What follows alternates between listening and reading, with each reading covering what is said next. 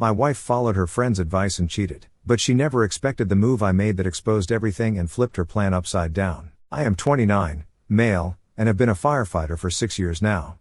My wife, Penelope, 27, female, works part-time at some fancy boutique downtown. We have been married for 4 years, and together for 6 years total. Up until this mess, I thought we had a pretty solid thing going. Here is what you need to understand about Penelope. She has always been into expensive stuff, designer bags, high-end makeup, and she wants to eat at trendy restaurants. I do not mind it because, honestly, I love the girl, and if buying her nice things makes her happy, then whatever. I work overtime when I can, pick up extra shifts, and we usually manage to afford most of what she wants. So, her best friend Charlotte comes to visit from Phoenix last week. They have been tight since college. And honestly, I have never been a huge fan of this chick. She is one of those girls constantly posting motivational quotes on social media about knowing your worth and never settling for less than you deserve. Real Instagram influencer wannabe energy. Charlotte was supposed to stay for a long weekend, Friday through Monday. She has got family in our area, but this time wanted to stay with us to catch up properly with Penelope. Fine, whatever. We have got a guest room. The whole weekend had this weird energy. Charlotte kept making pointed comments about relationships and what women deserve. Stuff like how some men do not appreciate what they have, or how women should not settle for less than they are worth, all while looking right at me like she was trying to make some kind of point. Penelope was acting different, too. Quieter around me, but more animated when talking to Charlotte, like she was hearing things that were making her think about stuff she had never considered before.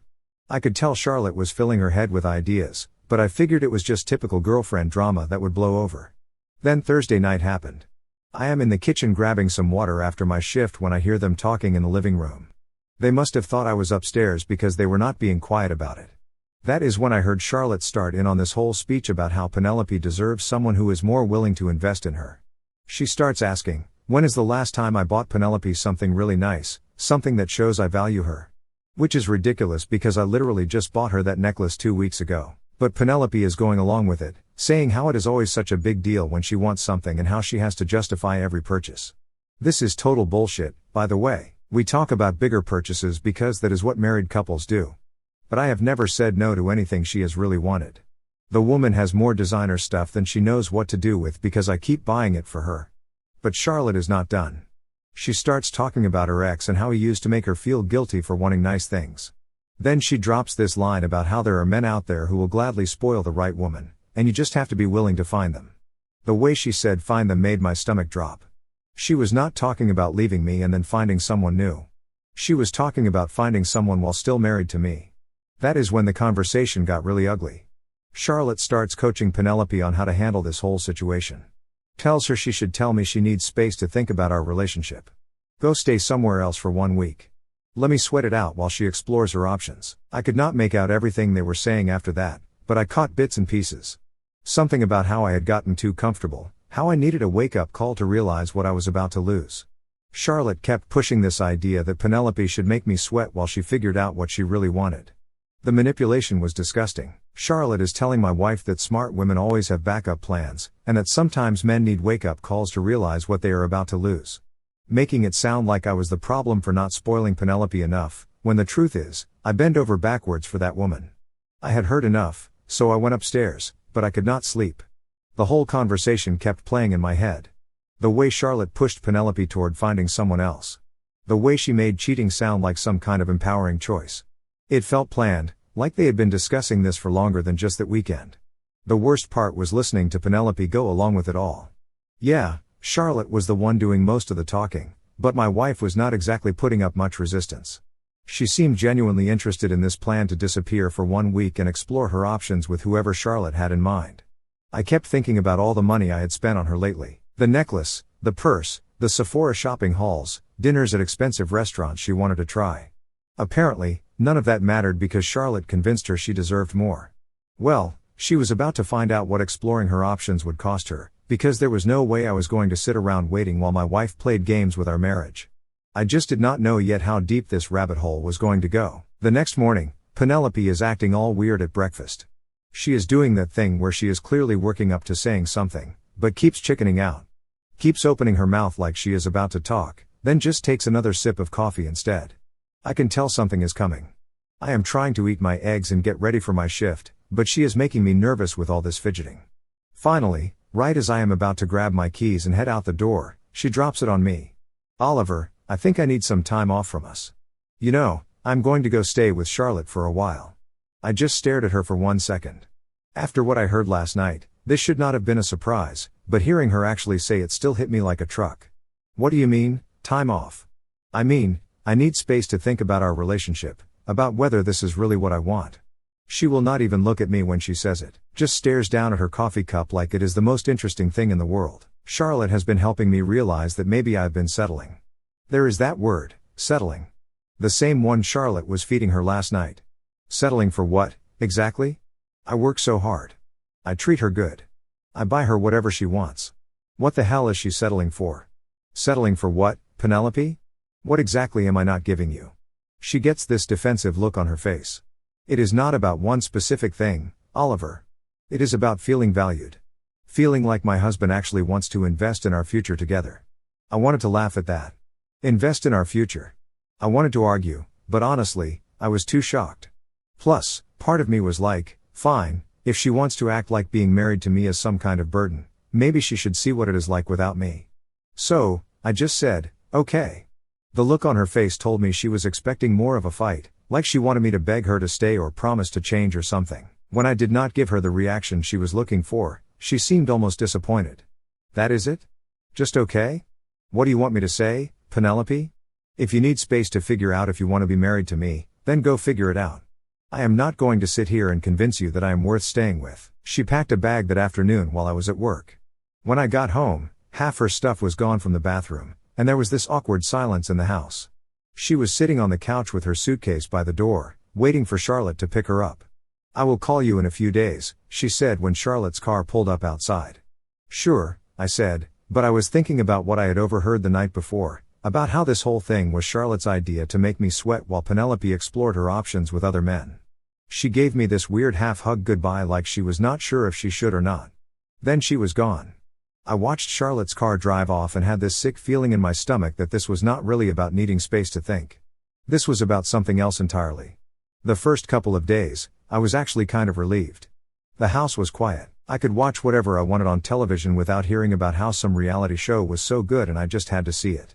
I did not have to listen to Charlotte's annoying laugh or her lectures about what women deserve. Monday, I went to work and tried to focus on the job, but my head was not really in it. I kept thinking about what I had overheard Thursday night. The next morning, I am paying bills and decide to check our joint credit card statement. I figured I should probably keep an eye on spending while Penelope is having her little crisis. She usually handles the money stuff, but I wanted to make sure we were not going over budget with whatever she was buying during her thinking time. That is when I saw the charges that made my blood run cold. Friday night, $180 at some fancy steakhouse downtown. I had never heard of the kind of place where a single meal costs more than I usually spend on groceries for 1 week. Saturday, $340 at a hotel. Sunday, $67 at some upscale brunch place. All of them local. All of them expensive. All of them for amounts that suggested 2 people, not 1 woman, having a quiet weekend to think about her marriage. But Charlotte was supposedly from Phoenix and staying with family. Why would they need a hotel?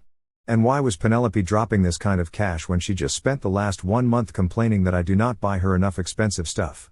I stared at that statement for probably 10 minutes trying to make sense of it. Maybe Charlotte was paying her back for covering their meals. Maybe the hotel charge was a mistake, but deep down I knew what I was looking at. My wife was not staying with Charlotte, thinking about our marriage. She was staying at hotels with someone else, living it up on our credit card while I sat at home missing her like an idiot. The disrespect of it made me physically sick. She could not even use her own money to cheat on me.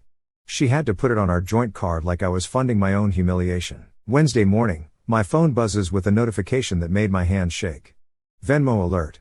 Penelope had received $95 from someone named Mike R with a note that said, "Dinner and movie last night."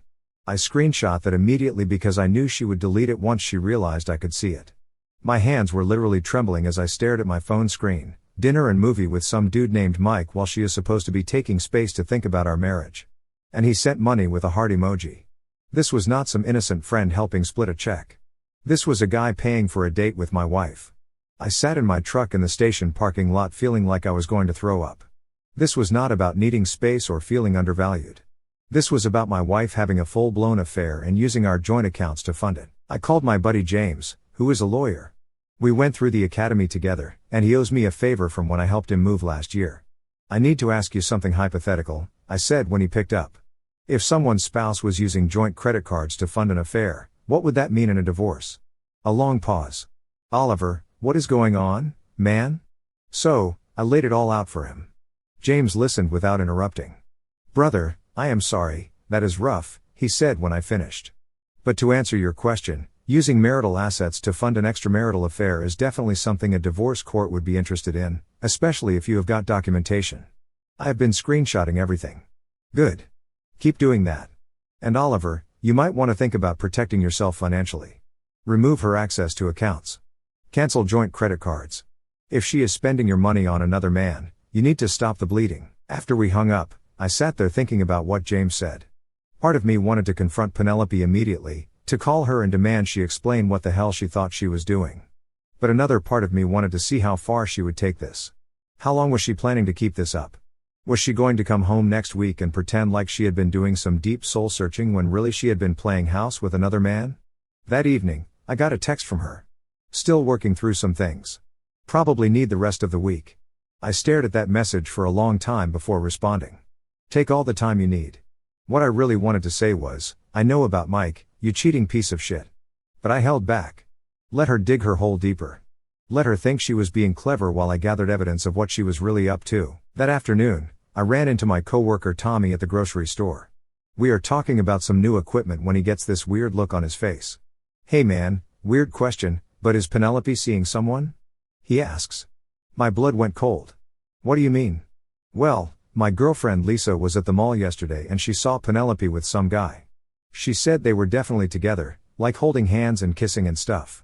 Lisa was not sure if you guys had split up or what, so she asked me to check with you. There it was. Visual confirmation of what I already knew in my gut. My wife was not just texting and splitting hotel bills with this Mike guy. She was full on acting like his girlfriend in public. What did this guy look like? I managed to ask. I do not know. Lisa just said he was tall, brown hair, looked like he had money. They were coming out of that expensive jewelry store. You know, the one with all the fancy watches. The jewelry store. While she is supposedly taking time to think about whether I buy her enough nice things, she is shopping for jewelry with another man. The irony was so thick you could cut it with a knife. I thanked Tommy and got out of there as fast as I could. I drove straight home and started making more phone calls.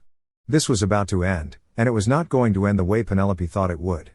She wanted to explore her options. Fine. She was about to find out what her options really looked like.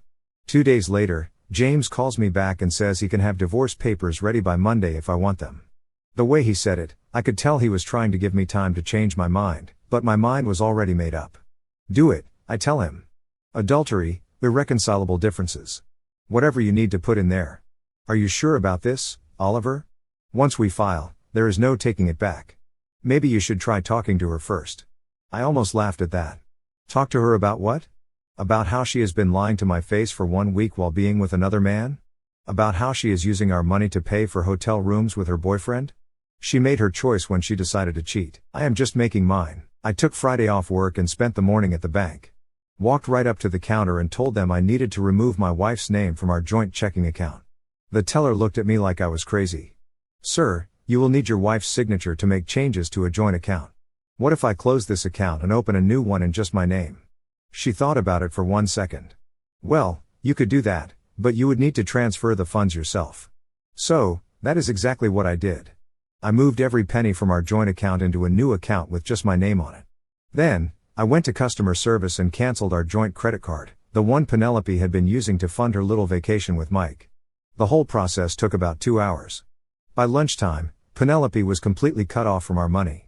Let us see how much Mike was willing to spend on my wife when she could not put it on my credit card anymore. I also took the day to start packing up all of Penelope's stuff and all the expensive stuff I had bought her over the years. Thousands of dollars worth of stuff I had bought to make her happy. And apparently, none of it was enough because she still went looking for someone else to spoil her. That afternoon, my parents called to check on me. I had not told them about Penelope asking for space because I did not want them worrying. But now I figured they should know what was going on. She what? My mom says when I explain the situation. So I tell them everything, The conversation I overheard, the hotel charges, the Venmo payments from Mike, Tommy seeing her with another guy at the mall. Mom gets quiet for a long time. Honey, I am so sorry. What are you going to do? I am filing for divorce on Monday. I have already talked to James. Dad gets on the phone and he is pissed. That girl has lost her damn mind. Oliver, you are a good man. You work hard. You treat her right. If that is not enough for her, then she does not deserve you. It felt good to hear that, honestly, because part of me had been wondering if maybe I really was not good enough. Like, maybe I should have been buying her more expensive stuff or taking her on fancier trips, but my parents reminded me that I have always treated her right. Do you want us to come over and help? Mom asks. No, I have got it handled, but, thanks. Saturday, I am still packing when I get a text from Penelope. Having a really good time with Charlotte. This break is exactly what I needed. How are you doing? The casual tone of that message made me want to throw my phone against the wall. Having a good time with Charlotte. We both know that is a lie. She is having a good time with Mike while I am at home packing up her stuff and preparing divorce papers. Then I finished packing everything. Her whole life fit into about 15 boxes, which seemed kind of sad when I thought about it. 4 years of marriage reduced to cardboard boxes stacked in the living room. I also spent Sunday changing the locks on the house. By Sunday night, I had everything ready. Divorce papers were being finalized. Her stuff was packed. Money was protected. Locks were changed. All I had to do was wait for her to come home, expecting to have some big conversation about working things out. She had no idea what was waiting for her. Monday morning, James texts me, papers are ready. Do you want me to serve them or do you want to do it yourself? I will handle it, I text back. I picked up the papers from his office during lunch. It felt weird seeing our marriage reduced to legal paperwork, but that is what it had come to. Then I got another text from Penelope. I think I am ready to come home and talk. Can we sit down tomorrow evening and discuss everything? Perfect timing. Sure. Come by around 6. She texts back a heart emoji like we are just going to sit down and work everything out like adults. Like she has not been living in hotels with another man for the past 1 week. Well, we were definitely going to talk, just not the conversation she was expecting. Tuesday, I took another day off work. I spent the morning double-checking that I had everything ready. Boxes by the door, divorce papers in a folder, new locks installed. She was about to learn how wrong she was about that. 6 o'clock rolls around and I see Charlotte's car pull up outside. I am standing by the front window watching Penelope get out of the passenger seat, looking all casual like she has just been on vacation. She has got this little smile on her face and she is wearing clothes I do not recognize. She probably bought them with Mike's money since I cut off her access to our accounts. She walks up to the front door and tries her key. When it does not work, she looks confused for 1 second, then rings the doorbell. I wait about 10 seconds before opening it. She tries to give me a hug and says something about her key not working. I do not hug her back.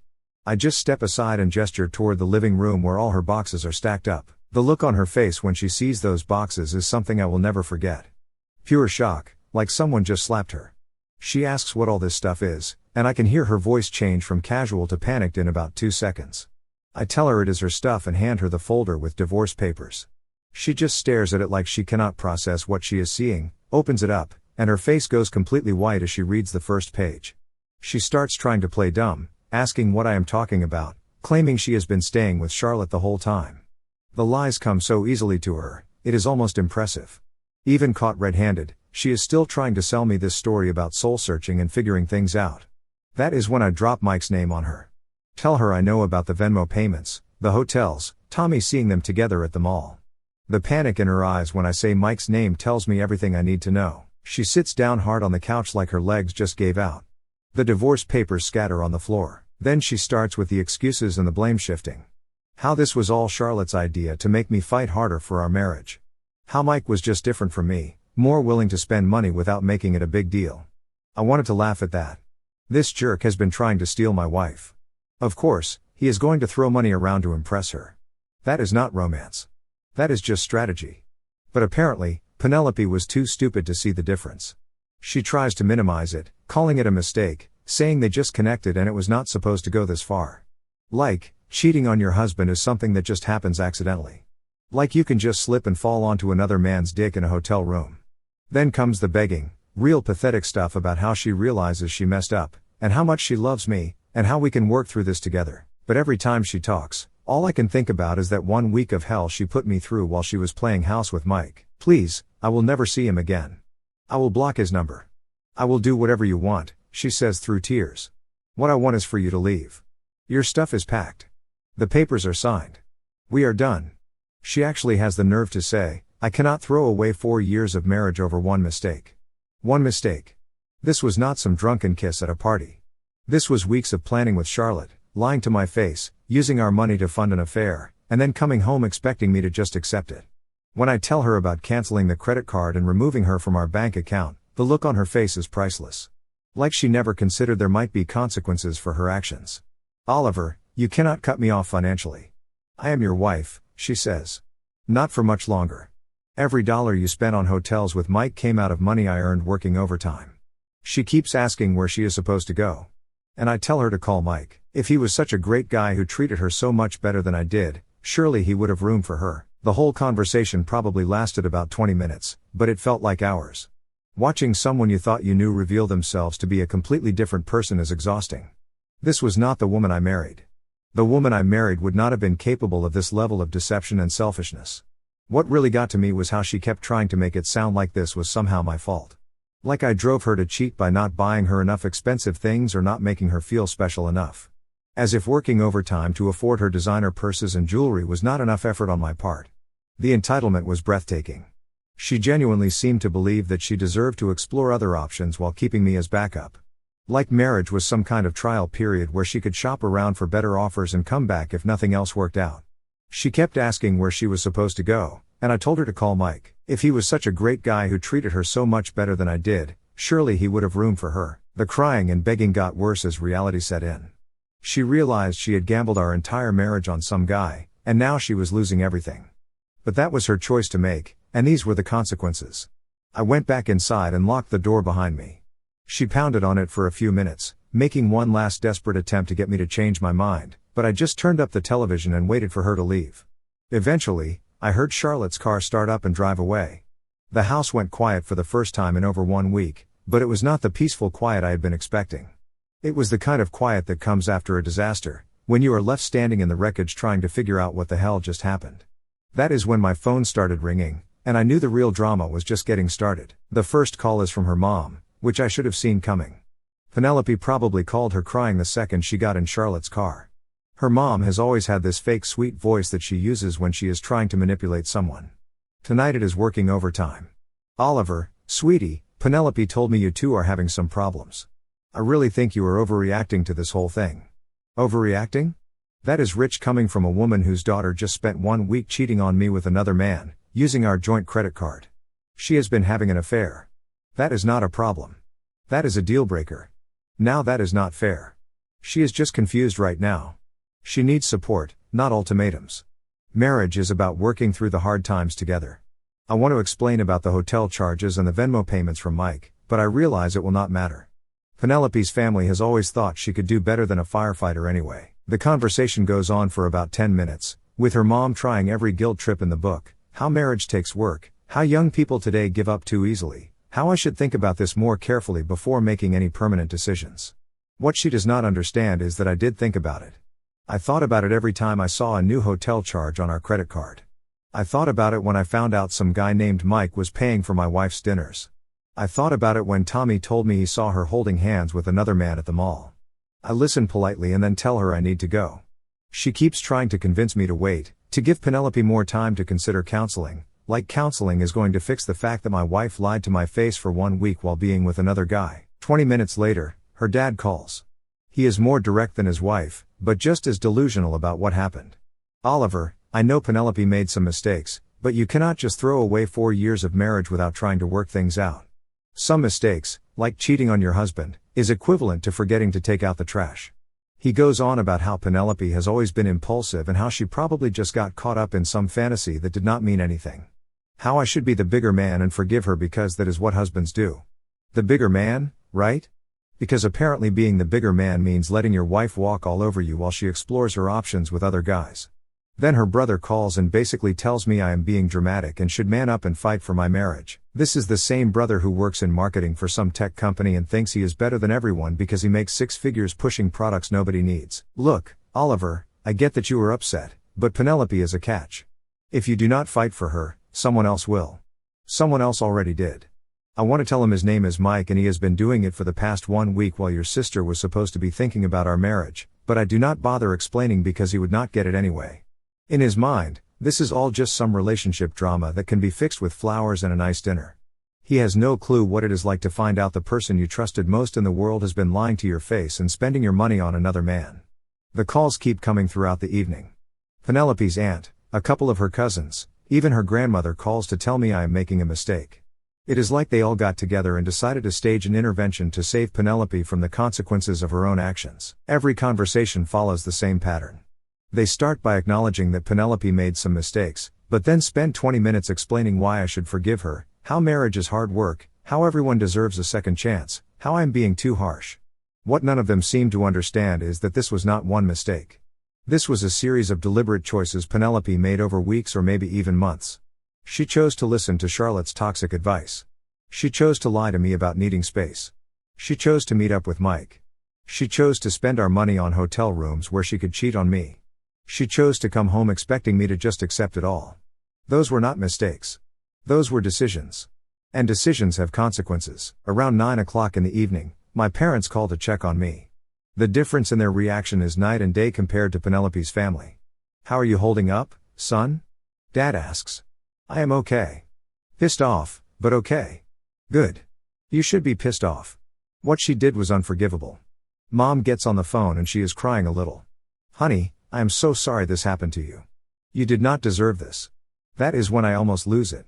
After 3 hours of Penelope's family telling me I am overreacting and being too harsh, hearing my parents validate what I am feeling hits different. I just cannot believe she threw it all away. I tell them, some people do not know how good they have it until it is gone. Dad says, "You treated her like a queen and she still went looking for something else. That is on her, not you." We talk for another 1 hour about everything that happened. I tell them about the conversation I overheard between Penelope and Charlotte, about finding the credit card charges, about the Venmo payments from Mike. They are as disgusted as I am by the whole thing. After I hang up with my parents, the house goes quiet again. It is weird how different it feels now compared to when Penelope first left. Then I was missing her and hoping she would come to her senses. Now I am just relieved she is gone. My phone buzzes with a text from James. "How did it go?" "She is gone. Served her with papers and packed her stuff. It is done. Good for you, man. You did the right thing." The right thing? Yeah, it was the right thing. But it still sucks. 4 years of marriage, 6 years together total. And it all ended because my wife decided some finance bro with expensive taste was worth more than our relationship. Then about 1 hour later, I get a call from a number I do not recognize. When I pick up, it is Charlotte. "This should be interesting. Oliver, we need to talk," she says, and her voice has this edge to it like she is trying to sound tough. "Actually, we do not. You helped my wife cheat on me. We have nothing to talk about. You are being ridiculous." Penelope was just confused and needed someone to talk to. Mike was just a friend helping her through a rough time. Just a friend, right? Friends do not split hotel bills and send money with heart emojis on Venmo. "Charlotte, you literally coached her on how to lie to me while she had an affair. You told her to make me sweat while she explored other options." I heard the whole conversation. There is a long pause. I can practically hear her trying to figure out how much I actually know. "That is not fair. You are twisting what happened. Penelope was unhappy in your marriage and I was just helping her figure out what she wanted. You know what, Charlotte? You did me a favor. Now I know exactly what kind of person my wife really is, and what kind of friend you are, too." I hang up on her before she can respond. Let her and Penelope figure out their own mess. I am done being part of their drama. I look around the house and realize I need to start thinking about what comes next. Do I stay here or sell the place? Do I keep working at the same station or transfer somewhere else? Do I start dating again or just focus on rebuilding my life? One thing I know for sure, I am never again going to be with someone who does not appreciate what they have.